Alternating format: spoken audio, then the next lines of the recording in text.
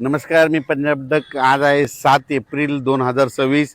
मी आलो आहे विघ्नर सहकारी साखर कारखाना जुन्नर येथे. तर या ठिकाणी या कारखान्याचे चेअरमन साहेब सत्यशील दादा शेरकर त्यांनी या ठिकाणी बोललेलं होतं. तर काय झालं की प्रसारमाध्यमातून काय होऊ लागलं की यावर्षी 2026ला दुष्काळ पडणार आहे अशा बातम्या पसरत आहेत. तर ते म्हटले की तुम्ही आमच्या कारखान्यावर येऊन एकदा शेतकऱ्याची म्हणजे एक न्यूज द्यावी. तर आज आहे तर या ठिकाणी 2026ला मात्र सरासरी इतका पाऊस पडणार आहे, जेमतेम पडणार आहे. मात्र पिकाला लागल तसा पडणार आहे. मात्र पिकं मात्र खूप चांगले येणार आहेत म्हणून हा अंदाज 2026चा लक्षात यायचा. आज आहे 7 एप्रिल 2026. आजपासून जवळपास 20 तारखेपर्यंत तुमच्या जुन्नर तालुक्यामध्ये हवामान कोरडं राहणार आहे. पाऊस काय येणार नाही, त्याच्यामुळे काही चिंता करायची गरज नाही.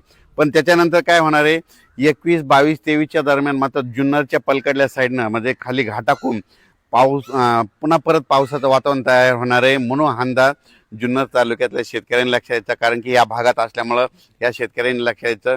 ज्यांचा कांदा असेल, गहू असेल तर तुम्ही काय करा, 20 तारखेपर्यंत तुम्ही काढणीची तयारी ठेवा.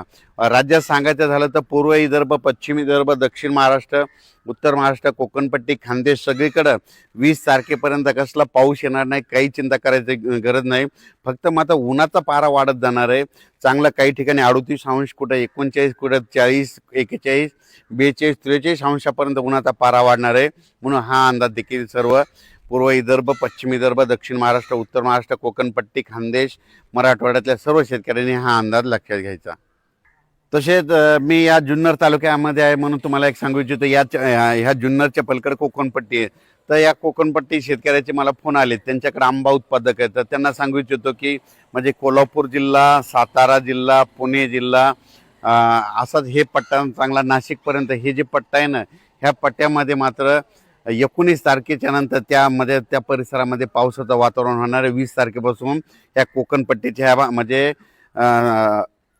आपला या साताऱ्यापासून ते इकडे इगतपुरीपर्यंत ह्या पट्ट्यामध्ये पावसाचं वातावरण राहणार आहे म्हणून ही अंदाज त्या कोकणातल्या सर्व शेतकऱ्यांनी लक्षात घ्यायचा. त्याच्यानंतर उत्तर महाराष्ट्राकडे वळू म्हणजे नंदुरबार जिल्हा झालं, धुळे जिल्हा झालं, जळगाव जिल्हा झालं, नाशिक जिल्ह्यात झालं, त्या शेतकऱ्याला सांगू इच्छितो की 20 तारखेपर्यंत तुमच्या इकडे कसला पाऊस येणार नाही म्हणून हा अंदाज त्यांनी लक्षात घ्यायचा. त्याच्यानंतर आपण मराठवाड्याकडे वळू. नांदेड जिल्हा झालं, परभणी जिल्हा झालं, हिंगोली जिल्हा, बीड जिल्हा, धाराशिव जिल्हा, लातूर जिल्हा, जालना जिल्हा, संभाजीनगर या मराठवाड्यातल्या शेतकऱ्याला सांगू इच्छितो की 20 एप्रिलपर्यंत कसला पाऊस येणार नाही, त्याच्यामुळे काही चिंता करायची गरज नाही.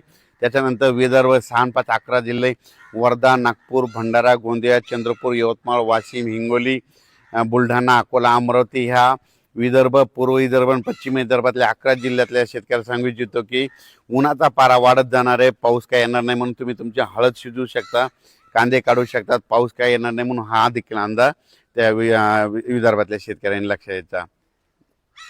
तसेच महाराष्ट्राच्या लगत जे तेलंगणा आहे, तेलंगणातल्या राज्यातल्या सर्व शेतकऱ्याला सांगू इच्छितो की आता म्हणजे जवळपास 20 तारखेपर्यंत हवामान कोरडं राहणार आहे. कर्नाटकमध्ये देखील कोरडं राहणार आहे. कर्नाटकच्या इकडे कोल्हापूर, सातारा त्या परिसरात देखील 18, 19 तारखेपर्यंत कोरडं राहणार आहे म्हणून हे देखील सर्व शेतकऱ्यांना लक्षात यायचं. अचानक वातावरणात बदल झाला.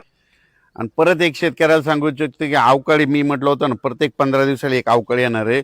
तर तुम्ही बघा, एकदा आत्ताच येऊन गेला, आता लगेच हे म्हणजे शेवटच्या आठवड्यात, एप्रिलच्या शेवटच्या आठवड्यात परत एकदा अवकाळी राज्याच्या काही भागामध्ये येणार आहे म्हणून हे लक्षात यायचं.